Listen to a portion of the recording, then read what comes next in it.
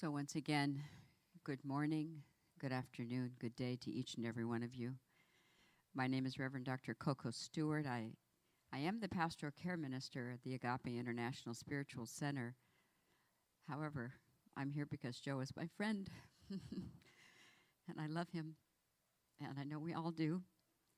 And together in a unified field and an energy of unconditional love, in spite of any sense of grief, any sense of loss, any sense of distance in time or space, we have the opportunity to gather here to celebrate his life, to rejoice in all of the gifts that he brought to each and every one of us, and to continue to confirm and affirm that his life goes on, not just in the invisible, but through each and every one of us. So welcome today to the celebration of life of our beloved Joe Thomas. Excuse me. I invite you to turn within. We have several practitioners in the audience. If you could turn within with me as we do the opening prayer. Holy Mother, Infinite Father, beloved grace of God, the one power, the one presence, the singular beingness. I am ever grateful to turn to this one as the only life, the only power, the only thing going on. I take this opportunity that is truly a gift, it is an honor, to speak the word for this particular and unique gathering of beings, each one here in celebration of our beloved Joe Thomas. I bless each of us in attendance. I continue to lift Joe high in the heart of God, in the love of God, in the presence of God, as the life that he is and continues to be from everlasting to everlasting. We continue to bless his family, to bless each one, to bless Crystal, to bless Kendra, to wrap loving arms around each of them as we lift this family high, as we lift each other high. This is the camaraderie of the Spirit that allows for the love of God to be made manifest through this unique community of souls that Joe has gathered together today from the invisible. Established in this love, knowing it is God's own, I am ever grateful to release the word of love and to know it fulfills itself exceedingly well. In gratitude, I say, Amen. I'm hosting the service today, of course, and I really just want to say one word about our own Dr. Ricky Byers, who's here, as our musical inspiration. Joe loved you, Ricky. I will get through this. But I looked over his emails in preparation. So much music he was listening to was your music. And so you're here by his invitation. So love you. Thank you so much. Good morning. Good morning. I don't know if you can hear me, but, I'm going to talk until you can. So it's an honor to be here, and it was an honor to sit and hear Let My Soul Surrender, which is a song that I wrote, come up on the music, on the playlist. That's never happened while I was in an audience, and then I come up on the playlist at memorial service, only Joe's list. So I'm just really thankful to be here. And I understand that this is a song that he listened to in the last moments on this side. And so the name of this song is The Sun is Rising.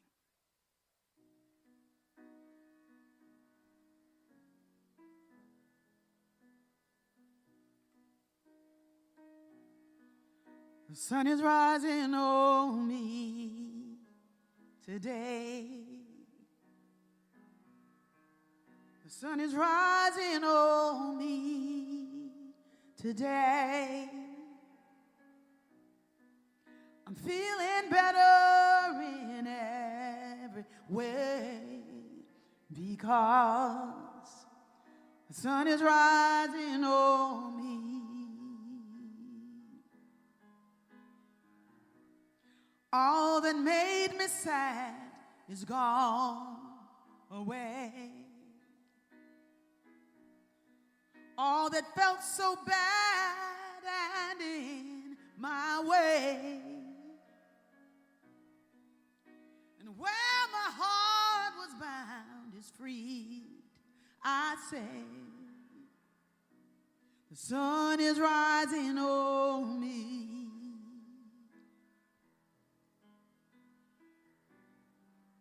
Rise and shine it. Rise and find it. Rise with me today. Goodbye, sadness. Goodbye to the pain. Rise with me today. My name is marvelous. And peace do I proclaim. Rise with me today.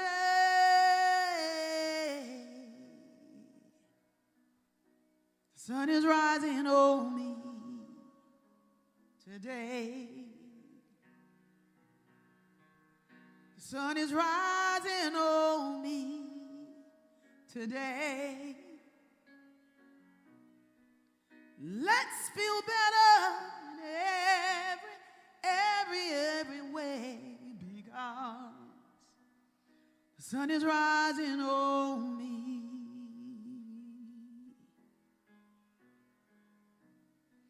The sun is rising on you.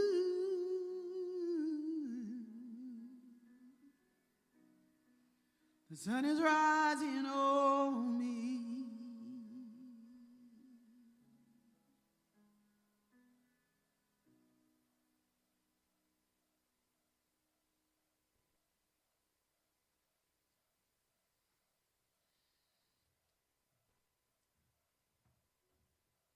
Thank you so much, Ricky.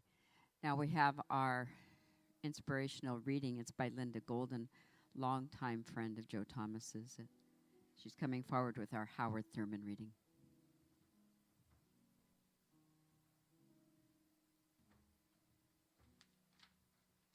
Good morning, everybody. Thank you so much for being here. Good morning, Joe. I know you're here too somewhere. Today I'm going to be reading from Meditations of the Heart by Howard Thurman. Keep fresh before me the moments of my high resolve. Despite the dullness and barrenness of the days that pass, if I search with due diligence, I can always find a deposit left by some former radiance. But I had forgotten. At the time, it was full-orbed, glorious, and resplendent. I was sure that I would never forget.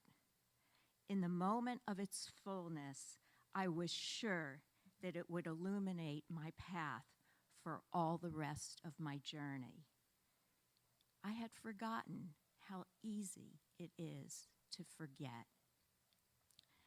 There was not intent to betray what seemed to so sure at the time. My response was whole, clean, authentic. But little by little, there crept into my life the dust and grit of the journey. Details, lower-level demands, all kinds of cross-currents. Nothing momentous, nothing overwhelming, nothing flagrant, just wear and tear. If there had been some direct challenge, a clear-cut issue, I would have fought it to the end and beyond.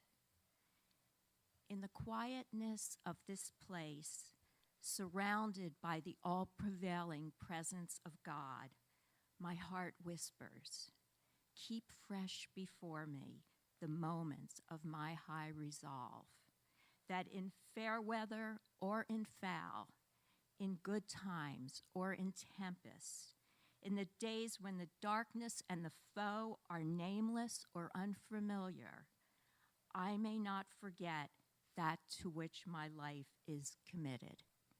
Keep fresh before me the moments of my high resolve.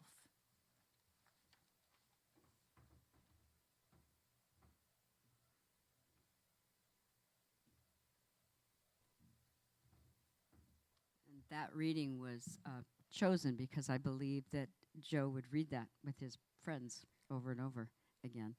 So that was an important reading for him.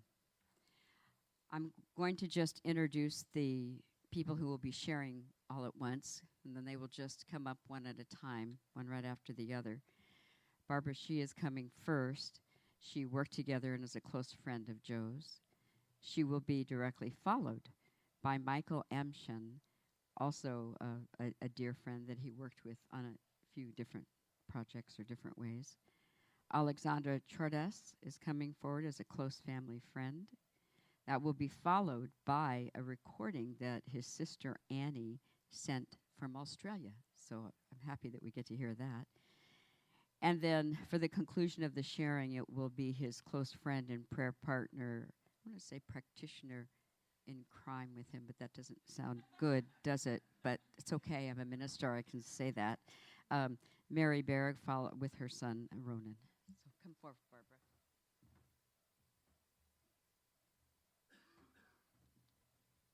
Good morning. For those that don't know me, my name is Barbara Shee. I've been a good friend of Joe's for about 17 years. We met back in our public accounting days back at Ernst & Young. I think it's very common for people to really idealize when someone has passed away, but I think certainly this is not the case on what I'm about to say. I've thought the world of Joe for many years now, and I think I'm glad that I hope he knew how I felt. I think just looking back on the initial days when I first met Joe, he struck me as this very tall, very handsome, confident, person. He happened to be about 12 years my senior, and at that time, I was in my early 20s. Joe was maybe about 35. I really looked up to him. He was really wise above his years, very spiritual. He was one of the very few people that I went to whenever, I needed some spiritual guidance, whenever I had my countless, petty, boy problems. He always knew, what to say. He was always very methodical, very open-minded, always, challenged me to think of things in a different way or a different approach, where, when my very naive early 20-something years, just wasn't really sure how to navigate a lot of those problems, and he was certainly there to help me. I think in hindsight, just looking back, he was still rather young himself. He was, less than 35 years old. And so as I reflect, I was just in awe and how well and wise above his years he was. And he always just seemed to know, what to say to just make you feel a lot better. Joe was definitely the kind of friend that we can always pick things up right where we left off. I think most recently I was actually living in New York for about 4 years, and I'm just really humbled and honored how we were able to still keep our friendship for those 4 years, especially living 2,500 miles away. We were just always able to constantly be in communications, text, pick things up right in our usual dinners whenever I came back and visited LA, as if he was just always physically here.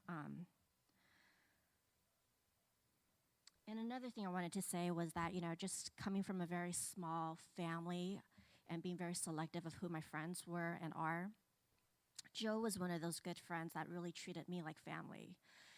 He was really inclusive, especially since, I moved back to LA about a year ago, and he knew that most of my family was scattered around the East Coast in Texas, out of this country. He really fully embraced me. Him and Crystal were really kind enough last year when I celebrated my 40th birthday. They planned this huge trip to Portland, and, had so much fun. And, that's one of those unforgettable memories that I will never forget. And, he had this huge, itinerary, being Joe, very well organized, in a high gloss pamphlet with exactly, the whole weekend of what days we were going to do what tours. It was just amazing. And then also more recently, he was very, very inclusive. He invited me to his close family gatherings this past year for Thanksgiving, for Christmas, things that he didn't have to, but, he was just very, very inclusive, knowing that I didn't really have a lot of family nearby. So that I'm very truly grateful for. A couple last things, I'll make it quick because I know, we have a full agenda, is that what really struck me in awe was that when he told me about his diagnosis of brain cancer just a few short months ago in October, it wasn't like what you would normally expect, from friend to friend. He was just so selfless, so caring. He made sure to tell me how proud he was of me and wanted to tell me all, his positive feelings and thoughts about me while he still had the mental state of mind, and really made it more about me as opposed to him in like very typical Joe fashion. He didn't go on like maybe the average person that you would expect. He didn't loathe or feel self-pity. Instead, he was just very positive, and he just wanted to use it as an opportunity to really connect and just say how appreciative he was of our friendship. And I was just left speechless, like how could in this such trying times and such an awful medical diagnosis, could he still make it about me, his friend, instead of, about him? And the last thing I'll say, and I think everybody here knows in the room, he definitely loved his family, with his full heart. I think, every time whenever we met, whenever we talked, it was, so obvious that he was so full of pride, so full of love, especially when he talked about Christo and Kendra. I think everybody knew that, but I just wanted to say that. Thank you.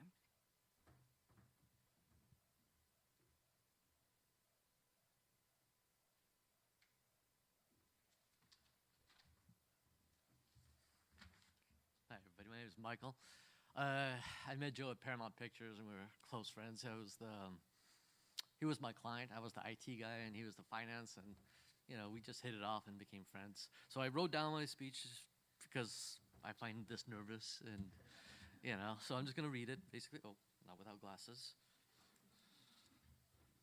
Alrighty. So, as a parent, you start teaching your children manners at a young age. Manners are all about being considerate of other people and making others feel comfortable through kindness and respect. In many ways, that is the way Joe Thomas lived his life.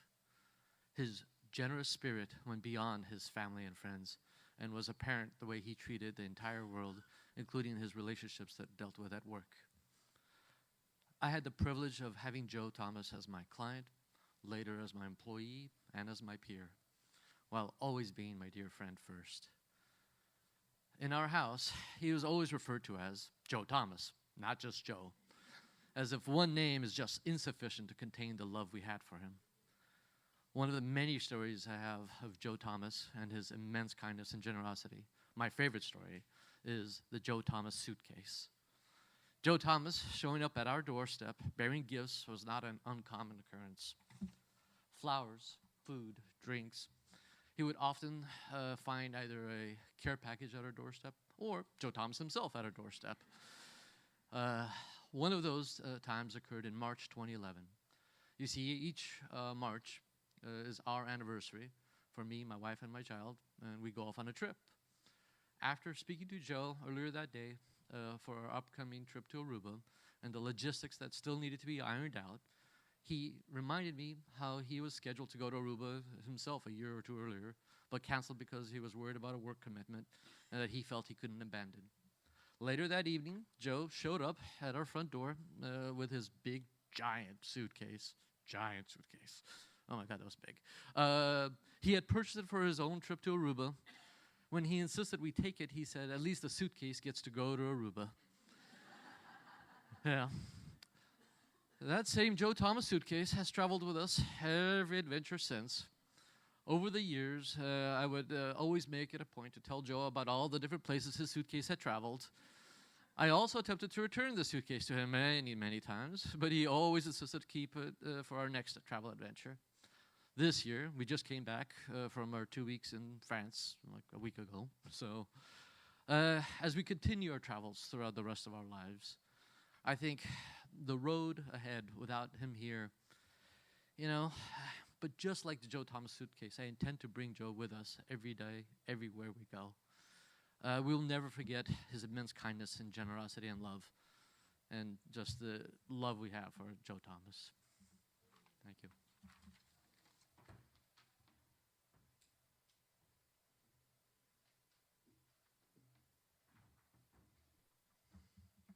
Hello, everyone. I'm Alexandra. I was a friend of Joe's and of the family for quite a while. Is that better? Okay. I actually have some notes. So Joe and I had one of those relationships where you could go long periods of time without seeing one another or talking with each other, and it didn't matter. When we did connect on a phone call or over dinner or at a family gathering, it was as if no time had passed at all. We would just start up where we left off, and our relationship was easygoing, and yet there was always a deep connection. Joe was one of the people in my life that I knew I could count on if I needed anything at all, and there were many times when he was there for me. When I was commuting monthly from Seattle to attend spiritual psychology program at the University of Santa Monica, it was Joe who would get up extra early every Monday and drive me back to the airport so that I can get home. He also painstakingly and patiently taught me QuickBooks so that I could run my business. He was generous and always willing to help out, not only me, but everyone. When Joe and I talked, the conversation would inevitably tend towards the spiritual and the esoteric. We talked about the meaning of life and how everything, even the troubled times, were there for us to learn from and to experience. Somehow, the conversations were always very uplifting. We laughed a lot at the sheer unpredictability of life and the human condition. Often later on, I would reflect back on the conversation we had and say to myself, what did we even talk about? But here's the thing. It was never about the words. Joe was able to go beyond the words, and I would feel his understanding, the connection, and the love. Joe made me feel good, and that was one of his many gifts. Another thing we had in common was our love of family. When I moved to Southern California from Seattle, Crystal, Joe, and Kendra welcomed me and my sister and my niece, who were living with me at the time, into their home. We spent many holidays and times together, and our mutual love of good food and good wine was a joyful addition to our friendship. There are many, many memories when I think of Joe, but I always see his gorgeous smile. Joe, thank you for your friendship, your laughter, your generosity, and for being you. I will always hold you in my heart. I've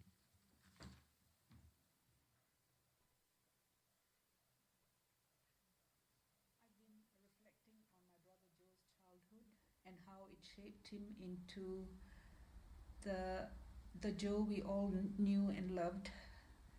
Joe was the youngest of 5 children, and I remember with great clarity how he arrived at our household. My mother went into labor and came home with this beautiful baby boy whom we all doted on. From the word go, he was involved in every part of our lives. He hung out with me and my girlfriends, and never did we mind for a moment, contributing to conversation. He played with sister games with Regina, Susie, and I, playing at being at school or playing at being families. He always took on the lesser role of being the entire child in the family or being the pupil at school, and he did it with great gusto. Joe also was very interested in what I did at school in my home science classes, from sourcing ingredients for the class and waiting eagerly at the end of the day for the finished product. And perhaps this is what led him to his interest in fine dining and food. Joe also was the last one left at home, and he helped my mother with the cleaning job she had. And I can't think of too many young adolescent boys who would have done that. And he did it without complaining and dutifully. He also was entrusted with the banking And knowing my mother, that's not a job she would have given away lightly. And he did it, and did it with great precision. And Joe, perhaps that's what led him into his career of being an accountant and a financial controller. Joe, in his last 3 years, was someone who we saw quite regularly. Every time I came to California, we were guaranteed a holiday which was exciting and took in every dimension, from food to places we saw, the people we met, and the sunsets that we never would have dreamt of seeing. And Joe was always there to pick us up, drop us off, and just listening to all our experiences of the day. I'd like to finish off with a poem by Maya Angelou. I'll only read some of the excerpts. It describes my brother, who was big of stature and big of heart. When tall trees fall, when tall trees fall, rocks on distant hills shudder. Lions hunker down in tall grasses, and even elephants lumber after safety. When tall trees fall in forests, small things recoil into silence, their senses eroded beyond fear. When great souls die, the air around us becomes light, rare, sterile. We breathe briefly. Our eyes briefly see with a hurtful clarity. Our memory, suddenly sharpened, examines, gnaws on kind words and said, promised walks never taken. Great souls die, and our reality bound to them takes leave of us. Our souls, dependent upon their nurture, now shrink, wizened. Our minds, formed and informed by their radiance, fall away. We are not so much maddened as reduced to the unutterable ignorance of dark, cold caves. When great souls die, after a period of peace, blooms, slowly and always irregularly, spaces filled with a kind of soothing electrical vibration, our senses restored, never to be the same, whisper to us, they existed. They existed. We can be and be better, for they existed. To Jennifer, to Kendra, Jason, Mary, Pip, Roberta,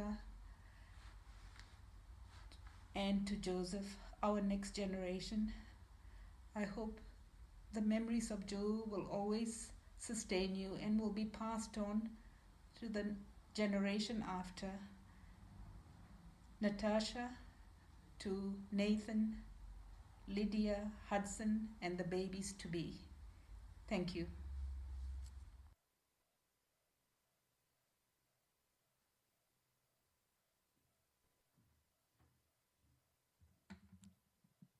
Hi, everyone. I'm so grateful to be with you all here today. My name's Mary Berg, and this is my son, Ronan. And Joe is one of my very, very best friends. I warned him that I might cry. We met at Agape in 2006 and became prayer partners in 2007. And what that looked like, being prayer partners, was talking daily. And that turned into, over the last 13 years, of daily texts, phone calls, sometimes an hour each way, going back and forth to work, sharing songs, a lot of Ricky's songs, very deep conversations, hopes, fears, dreams, all of it from the heart. So for 13 years, and the first time it's so beautiful to hear everybody's memories, and I know everyone here has one of their initial impressions of Joe, and I remember his big presence, his thick, dark hair. Some of you may not know that. He used to have that. His wide smile, his generous spirit that, gosh, it still reverberates and shines so brightly, doesn't it? How impeccably he dressed. And I remember in our class, he was building an altar with all of these marigolds that were just incredibly beautiful, and it just radiated out from him. The things I'll remember and miss about him the most are his wisdom in our conversations and with other folks too, his passion, his laugh, and his generosity of gifts, wisdom, praise, jewelry. He really liked to put jewelry on me, and I would happily receive it from such a dear friend. Meals, and he really took care of me when I was going through my divorce, like really, really took care of me. And I can't even come over here. He prayed every day that he was in my womb. So Uncle Joe, special tie to Ronan. So when I got the news and shared in a very similar way with Barbara, he made it about me. And today he didn't want this to be about my talk. When I was asking, he did not want this to be about him. But so I was sharing, like, how do we continue a friendship that's beyond, because this is going to be hard. We're contributing to each other daily. How do you do that? I'm not familiar with how to do that. How do we get to still contribute to each other? And I didn't get an answer before he died. But as soon as after he passed, I got really, really clear. And it was 3 things. I shared this with Crystal. I asked one day in front of my boyfriend, Eric, I'm like, okay, Joe, what is it? Chimes, music, and flowers. Oh, okay. So I have those things here today to not make it about just my memories, but that we can all activate that. So I'm going to have Ronan, we're going to activate both of these, and Crystal, I'm going to send one home with you. So I know this is going over 6 minutes. I practiced it was 6, but go ahead and strike them.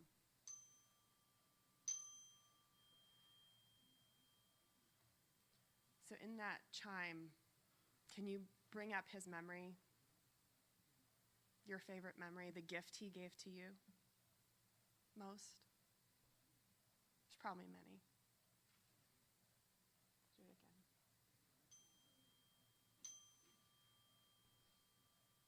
The thing that strikes me about chimes, and thank you, Joe, is that even when we can't hear this anymore, those sound waves are still continuing. We just can't perceive them. So when I was sitting with in meditation, that was the message. It's like, you can't see me anymore, is what he's saying, but I'm here. And his gift to all of us is reverberating still. So that's how you continue. And with music, through the lyrics, could we still receive that from him? A little surprise and delight maybe when you hear a song that resonates, that reminds you of the energy of him. Maybe you can receive from that. And Ronan actually wrote a poem. He wants me to read it. That honors his Uncle Joe. That's about music. So see what's here for you. An ode to music, dedicated to Joe. When I hear music, I feel alive. I dance and sing. I want to play it over and over and over again. Jazz, hip hop, rock and roll. I could keep going forever. But the thing I love most about music is that it makes you think of the people and the things that you love.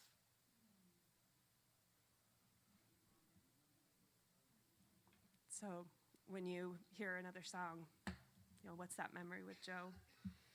And then finally with flowers. Okay, really quickly, I went shopping with Joe a lot.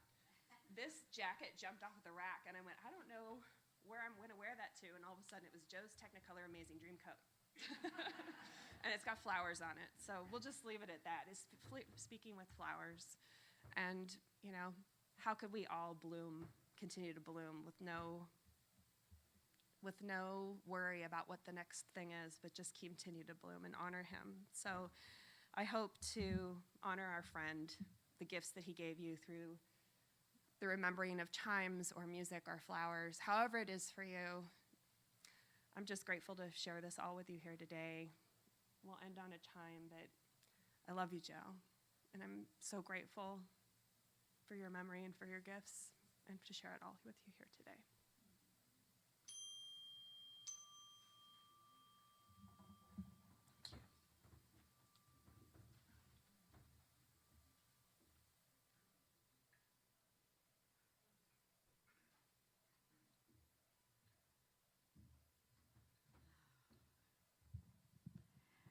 I know that there is much more that everybody could share. Very aware of that.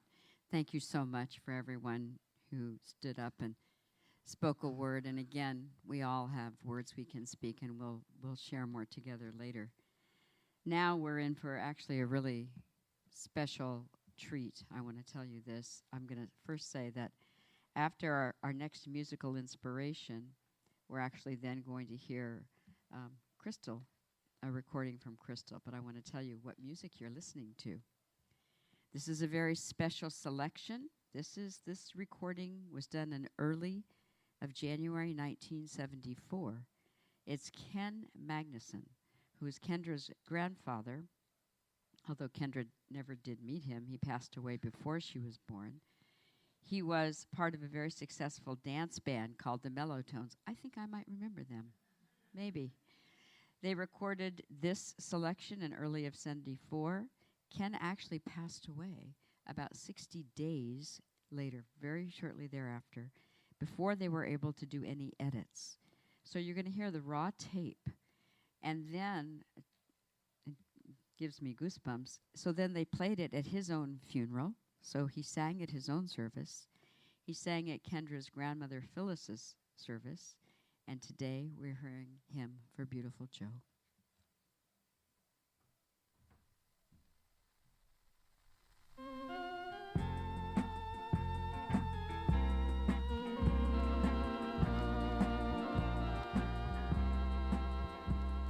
The old hometown looks the same as I step down from the train, and there to meet me is my mama and my papa. Down the road I look, and there runs Mary, hair of gold and lips like cherries. It's good to touch the green, green grass of home. Yes, they'll all come to see me, arms reaching, smiling sweetly. Oh, it's good to touch the green, green grass of home. The old house is still standing, though the paint is cracked and drab. And there's that old oak tree that I used to play on. Down the lane I walk with my sweet Mary, hair of gold and lips like cherries. It's good to touch the green, green grass of home. Yes, they'll all come to meet me, arms reaching, smiling sweetly. Oh, it's good to touch the green, green grass of home.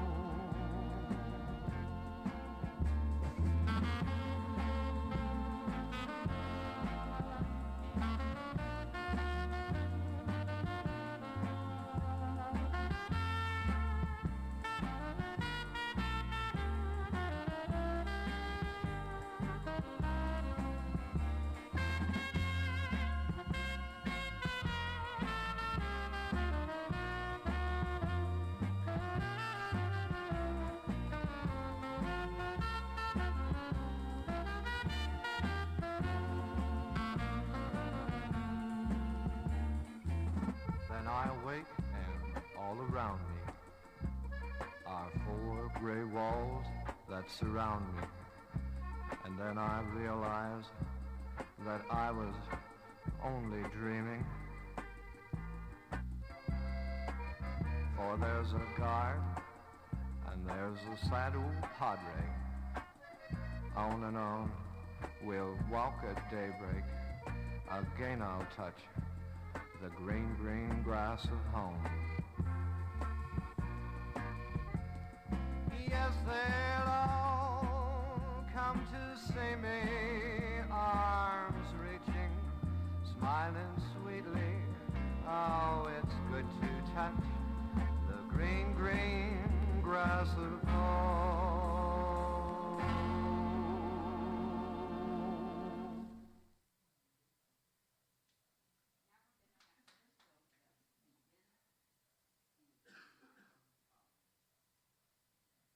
Some may find it odd that I would be delivering Joe's eulogy. More than 20 years ago, Joe and I took a personal development course together, which included examining life and death.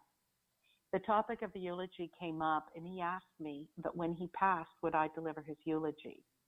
Although I said, of course, I never thought what that yes meant until I was faced with having to truly think about this many years later. So, here goes. Joe was born and raised in Johor Bahru, Malaysia.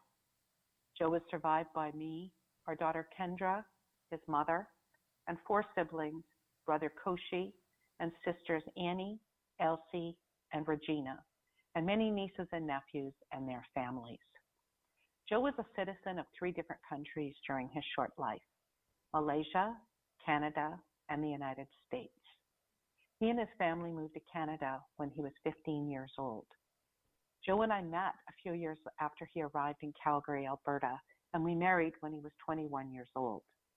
We were on a 34-year journey together in various stages of commitment, complete with all of life's ups and downs. The constant that remained was the strong love for each other and his love of our daughter, Kendra. We lived in Calgary until 1995. Joe followed me to Missouri 1 year later after staying behind to sell our restaurant. Once Joe arrived, he enrolled in school and completed his undergraduate degree and then moved on to complete his master's degree in accounting. When we moved to California in 2000, he worked with PricewaterhouseCoopers and then Ernst & Young while he completed the requirements for his CPA. Always having a love for entertainment, Joe worked with Showtime, NBC Universal Film Group, and spent approximately 10 years with Paramount Pictures in various roles. After 6 months of commuting to Paramount Studios from Orange County, Joe left Paramount and developed some consulting clients and worked as the controller at Newport Harbor Yacht Club for a period of time. When Joe left Paramount, his team gave him a terrific send-off with an amazing party and a beautiful book filled with photos and notes. I will read you one of the notes from a direct report. A great teacher is not necessarily a great mentor. A great mentor is not necessarily a great leader. A great leader is not necessarily a great teacher. But you have been a great teacher, mentor, leader, and boss, all rolled into one. You may have been my boss for just a few years, but your inspirational and motivational words of advice will push me to my best for the rest of my life. This very much sums up who Joe was. Through all of his work, Joe had varied outside interests as well. He spent a lot of time in the spiritual realm. We might call this his first love. After enrolling in and completing the rigorous 3-year practitioner program at Agape, he became a licensed Agape practitioner. There were many times that we discussed Joe's interest in pursuing the ministry. This never came to fruition, but Joe certainly had a keen interest.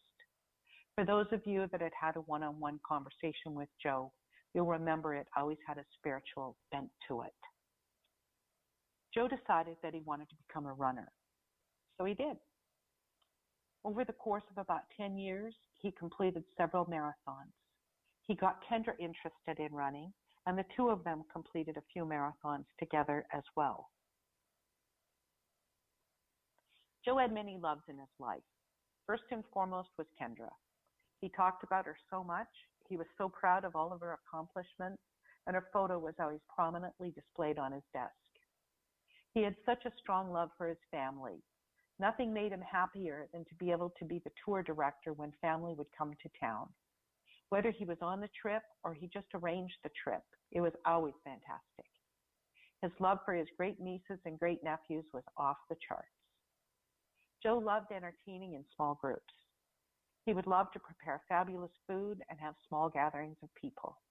Never one for large gatherings, he always thought it better to have one-on-one or small group meaningful conversation. He also loved to seek out new gastronomic experiences.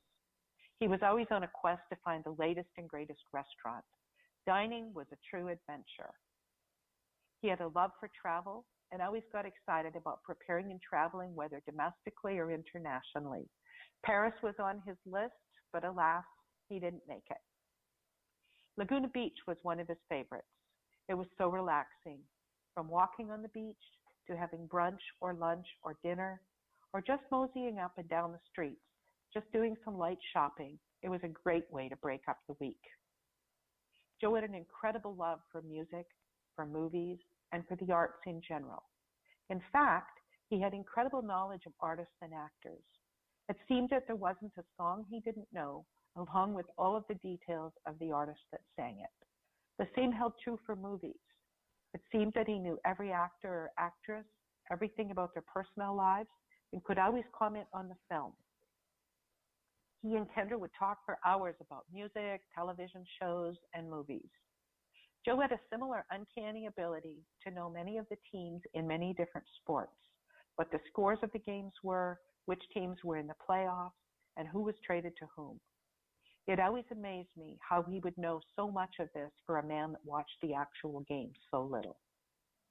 Joe had a great sense of humor. He had always been a joker and prankster. I'm going to share with you a story that we laughed about many times over. When Joe was working at the faculty club at the University of Calgary, one day he and the controller, Marilyn, were going to run an errand. They went down the elevator together to the underground parking structure. Joe walked directly to a Mercedes convertible that had the roof down, and it was parked quite close to the elevator. Being the gentleman that he was, he opened the passenger door for Marilyn, waited while she got in, got settled, and he closed the door for her. And then he walked off to his own car. She sat there, befuddled in the car for a few seconds, until she saw what he had done. She quickly got out, closed the door, and ran after him. He said this was just a spur-of-the-moment thing and that he thought it was funny. Well, it sure was. However, what if the owner of the car had walked up at that very moment? He said he didn't think about this and didn't need to because the owner didn't walk up. For those of you that knew him well, you'll know the many pranks that he played. In November of this past year, Joe was diagnosed with type B lymphoma brain cancer. The prognosis was not good, and no treatment would cure this disease. There was a general estimate on length of time that Joe had left, but no one could be certain. Very early on, Joe said, "I accept this invitation to eternal life in celebration and in joy." As the short time we had together progressed, it was clear that although his short-term memory was falling away, his long-term memory became stronger and stronger. He would tell me details of his childhood that he had never shared before. Also, his spiritual connection became higher and higher. Joe would wake up in the very early morning and with extreme clarity would write. When we got this news, we created Joe's team. Those were the people that were holding for the highest and those that we kept informed of his medical situation. On January 1st, Joe wrote to this team, "Dear all, Happy New Year. At the start of this year, I wanted to take a moment to remember the power of the collective agreement. I have been listening to this piece of music all day today to remind me not to be alarmed when my memory fails me or I can't remember something. I am home. I'm exactly where I need to be. I'm also not naive to think that this is a solo trip and not my journey alone that I'm on, and that I'm bringing you all with me. I apologize in advance for some of the rocky parts, but that makes the journey memorable, I guess. I wish it was more grace-filled. I want to share with you some of the places I get to go. I'm going to be bold and to request your support and consciousness to remember I am home always. Also, that his awareness and grace continues to evolve deeper within me. I am always home. Thank you for listening to the musings as I ponder 2019 and walking the journey with me. Hold this vision strong and bright and clearly for me in your mind. when you think and remember me, that I am home exactly where I need to be. I hold this at the same time for each of you. There's a passage that talks about the power of the collective agreement. When two or more are gathered. It's Matthew 18:20. It feels good to be supported in this way coming into 2019, with gratitude always for having you each there on the journey. 2018 has brought many unexpected gifts. I am confident 2019 will bring even more gifts waiting to be revealed. What else is on its way, we're not sure, but let's make a pact to enjoy 2019 and not delay. Love to you all and abundant blessings in 2019. Not once during this time did Joe ever ask the question, why me? Instead, he seemed to be preparing in a progressive manner for where he knew he was going. He always talked about the gifts that we were uncovering on the journey, the gift of family, the gift of all the time he got to spend with Kendra in this short period of time, the gift of having his entire family together for his last Christmas, and there were many more. Looking back a few months before his diagnosis, a huge gift was him reactivating his CPA license and acquiring his PMP certification, all the while having a brain tumor that had not yet been discovered. One Wednesday in early January, Joe suggested we go for a drive. Once again, we ended up in Laguna Beach and settled on lunch at Carmelita's Kitchen de Mexico. On this particular day, we threw caution to the wind and sat for a couple of hours with Joe sipping his favorite, extra añejo tequila, while we had some Mexican food. Our conversation was uplifting. I remember him saying, "Crystal, I can feel the possibilities. It feels so spacious. I wish we could stay here forever." It really was a wonderful, relaxing lunch, which in retrospect ended far too soon. About 10 days before Joe left us, he started talking about his curriculum changing and wanted us to prepare for that. Joe, you didn't get dealt a great hand of health cards, and you truly did an amazing job of managing everything that came your way. A good friend of mine passed a few years ago, and I was to deliver some comments at the celebration of life. Joe reviewed my words and made a few edits and suggestions for me. He also sent me some quotes and short poems to choose from, if I would like to include one. There was one that really touched me, but I felt inappropriate. And as I went back to read these quotes, I now see why he sent it to me, and I will share it with you today. It is titled, "Miss Me, But Let Me Go." When I come to the end of the road and the sun has set for me, I want no rights in a gloom-filled room. Why cry for a soul set free? Miss me a little, but not too long, and not with your head bowed low. Remember the love that we once shared. Miss me, but let me go. For this is a journey that we all must take, and each must go alone. It's all a part of the Master's plan, a step to the road to home. When you are lonely and sick of heart, go to the friends we know and bury your sorrows in doing good deeds. Miss me, but let me go. The author is unknown. We are all better off for having known Joe, and he remains alive in our memories and in our hearts. He prepared himself for leaving this planet as he prepared himself for everything else he did.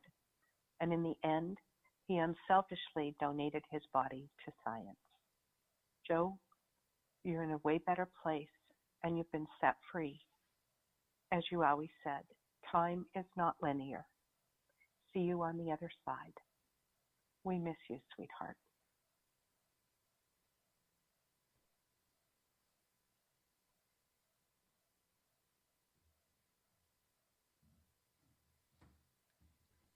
So Joe loved full out. I believe that when we pass into the next dimension of life, because I do believe there is life after this, that there is no power out there that looks at how we lived our life, but there is all the power that is within us, within our own hearts and souls. And we get to shine the light of our awareness and notice how did our life proceed. And it's not about it's almost like not so much about what got done or left undone. It's more about were we our real selves and did we love full out. I am clear that Joe had his, as Crystal said, he wasn't dealt a great hand of cards for health. But my feeling from, I want to say the brief years that I knew him, which was, I don't know, I guess about 13 years, but it doesn't seem like that long, that he lived full out. He loved full out. He lived the life that was his to live, and he wasn't interested in trying to copy somebody else. He was indeed a searcher of the truth from within himself. Joe took my mysticism class recently, and he didn't need to take it. It's one of the classes you need to become a licensed practitioner. Well, he came in as a practitioner and just took the class, which tells you something about his intention to grow more in the sight of God within our own souls with the energy and the power of love.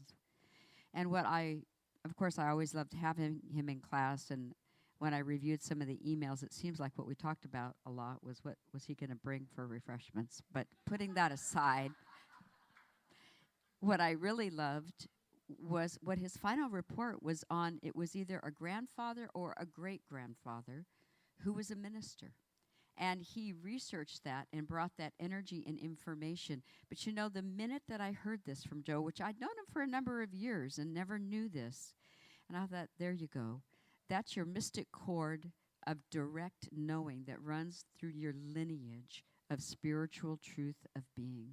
So that was his high interest. And of course, what we know now is that he knows all about what that is, all about the eternal truth of his being. And I'm very confident that in his own life review, he can say, yes, I did love full out, and yes, I was my real self. And I just invite you to, Joe was young to pass away. I was so incredibly distraught when I got the news because, as I said to somebody, for a person such as this, with a caliber of consciousness, a giving heart, a radiant, aware person who really works on himself, always striving to go deeper and know more, I was beside myself because I said, this is not a good time for him to leave the planet. And it's never going to be a good time. I understand that from a metaphysical, spiritual purview. So I invite all of us, as I was reflecting to myself, having heard everything I've heard, always the opportunity is to allow ourselves to continue to be gifted by his presence. I loved what Mary shared, that he reverberates still. She had the example of the chime. His life does go on. I have a sense of the garden. He wrote in one of his emails, I smell the fragrance of the garden. For some reason, that comes to me all the time, that he's in the fragrance of the eternal garden of life. I feel it. I have it like a sensory experience of it. And we can take the way he lived his life, yes, and we can take a quality, generosity of his spirit, the givingness of his heart, always being present with people, loving. We can take that on. We always have the opportunity. So his physical body could no longer support the soul, we would call it, his spiritual identity. So it came time, as hard as it is, to release that part, move into the next dimension. So he continues. And then we here have what opportunity? We have the opportunity to take the gift that he brought, whatever the greatest gift you may have gotten from him, his hearing ear, his listening heart, his knowing soul.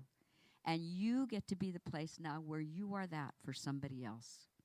So that is my gift to you, that you think about what that might be and that you're willing to go forward, because then his life continues to make a difference. And that's what we all want. We know what a magnificent life Joe is, continues to be. We want his life to continue to make a difference. That's what I was reacting to several months ago. So my choice is to be that place where it does make a difference for others. Yes? Yes. I invite you to stand up. We're going to give Joe, like we love to do, we're just going to think about how much you love Joe. So we're going to give him a standing ovation and think about all the ways you love him and that he has loved you. Just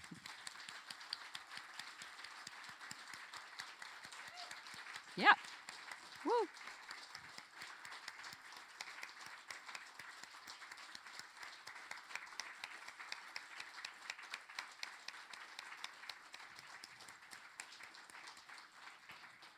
Beautiful. Thank you so much. I'm going to invite Dr. Ricky forward, and then I will come up directly after to do the closing benediction. Wow. What a beautiful service this has been. This is. So I get to do a medley of songs that Joe loved. And I was told Joe loved everything I did, so I could just do whatever I want to do. I was a choir director for 30 years at Agape. So when I see an audience, I see a choir, but I'm not going to make this group sing. So I'm going to sing my part, and I'll sing your part too, okay? Because I know it might not go well right now. So there are several songs, and I'm going to try to do them all in 5 minutes. Okay, this is my medley. Crystal, this is my medley. Joe, this is my medley for you. Oh, E-I-A, E-I-E-I-A. Oh, E-I-A, E-I-E-I-A. The Spirit of God is all that I am now.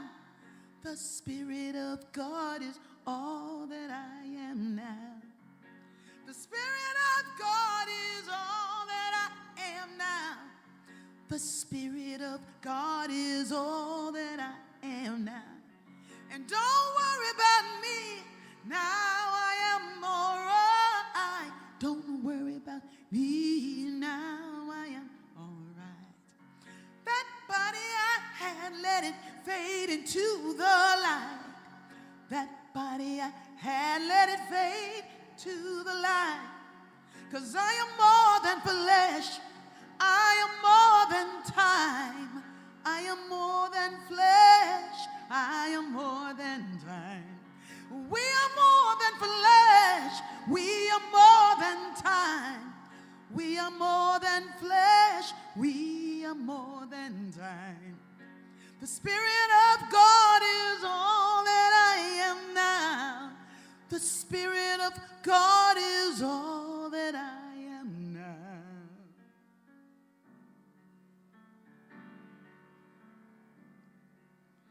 I thank you for being so real and touching me, letting me see what a beautiful world this world is.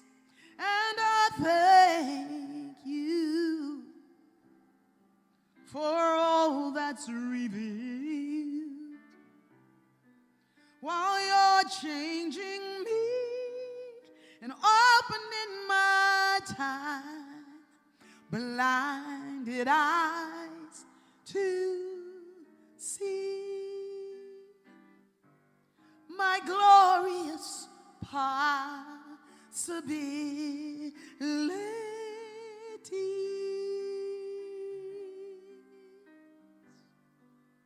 Maybe it's true,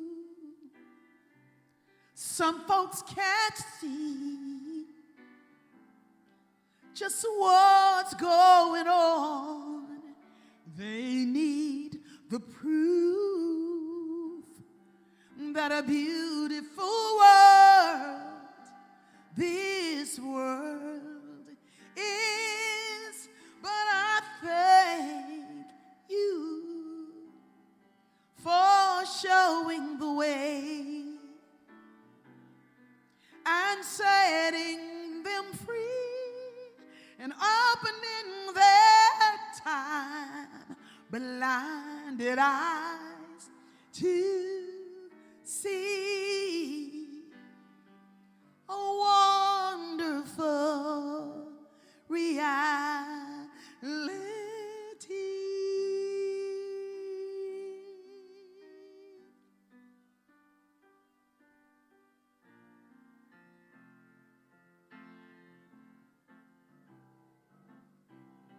What kept me sad was the story in my head about what I never had and what I never said. But I can sing a song the flowers gave to me. It helps me to be strong. It helps me to be free. Now when I'm walking with you, I'm walking with God. And when I'm talking with you, I'm talking with God. When I'm praying with you, I'm praying with God. If God is all there is, then everything is God. When I'm laughing with you, it must be one person that knows it. When I'm laughing with you, I'm laughing with God. When I'm crying with you, I'm crying with God. In the arms of my friend, I'm in the arms of God. If God is all there is, then everything is God. If God is all there is, then everything is God.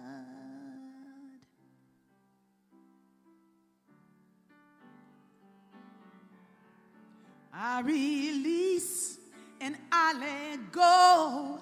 I let the Spirit run my life. And my heart is open wide. Yes, I'm only here for God. Oh, and no more struggle, no more strife.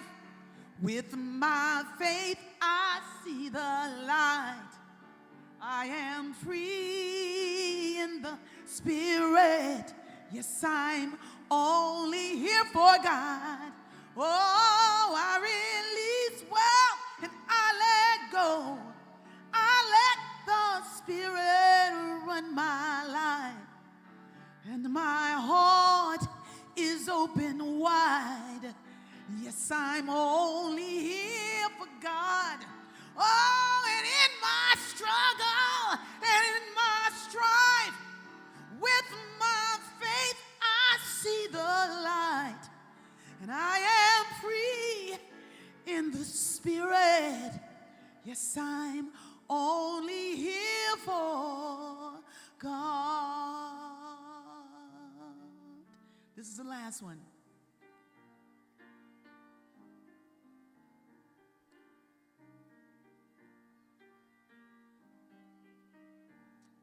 The Spirit's calling you, come, come. The Spirit's calling you, come, come. The Spirit's calling you, come, come. The Spirit's calling Joe Thomas, come, come. When you climb the highest mountain that you can find, and you're looking out with eyes so satisfied, saying, look, look, look, look what I have done. Look, look, look, look what I've become. The Spirit says, I am more than this. I am more than this. I am more than this. Come to me. Oh, the Spirit's calling you. Come, come. Spirit's calling you. Come, come. Spirit's calling you. Come, come. Spirit's calling you. Come, come.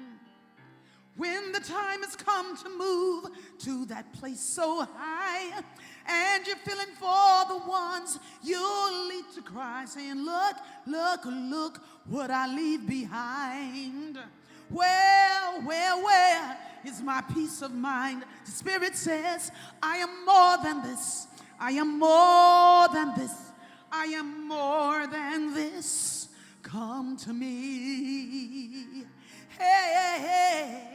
The Spirit's calling you. Come, come. Spirit's calling you. Come, come. The Spirit's calling you.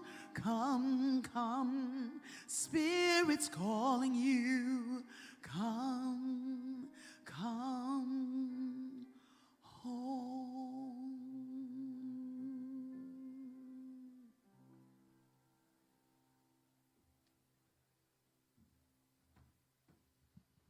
So just join with me once again in the eternality of the living Word of God. So Holy Spirit, radiant life, dynamic grace of perfect being that God is, I speak the word as the word of the I am, the blessed, the beloved, the infinite, and I speak the word knowing the life of God is the life of Joe Thomas. There is no other power or presence or body of consciousness or being, only God. It is Joe now. It has always been from everlasting to everlasting. And in this united field of agreement, we lift Joe high in our hearts, allowing for the energetic, continued releasing and letting go for his life after life into his next dimension of unfoldment through loving grace. I speak the word and we wrap arms of love around Kendra, around Crystal, around this beautiful family, knowing the divine comforter comes to each one in a way, shape, and form that is clear and understandable. And I speak this same word for each of us in attendance. I speak the word that divine comfort, peace of mind, serenity of heart attends to its own creation as each of us individually, even as it attends to Joe on the other side, its own creation. One life, a life of love. This is Joe. This is his legacy, his heritage, his heart, his being. So I bless us. I give thanks. I know it is accomplished, it is done, and a united field of agreement. Together we say, and so it is. Amen. Amen. Amen. Thank you so much, everyone. This does conclude this portion of the service. If you could remain seated for 1 minute, I'm going to invite the family to, they will walk down the aisle. They will greet you at the back here. So just give us 1 minute for the family to go process out. And they will be happy to greet you in the back as soon as they have. Thank you all for being here. Love to each and every one of you. Ricky. Thank you so much, everyone. We concluded this portion. Thank you.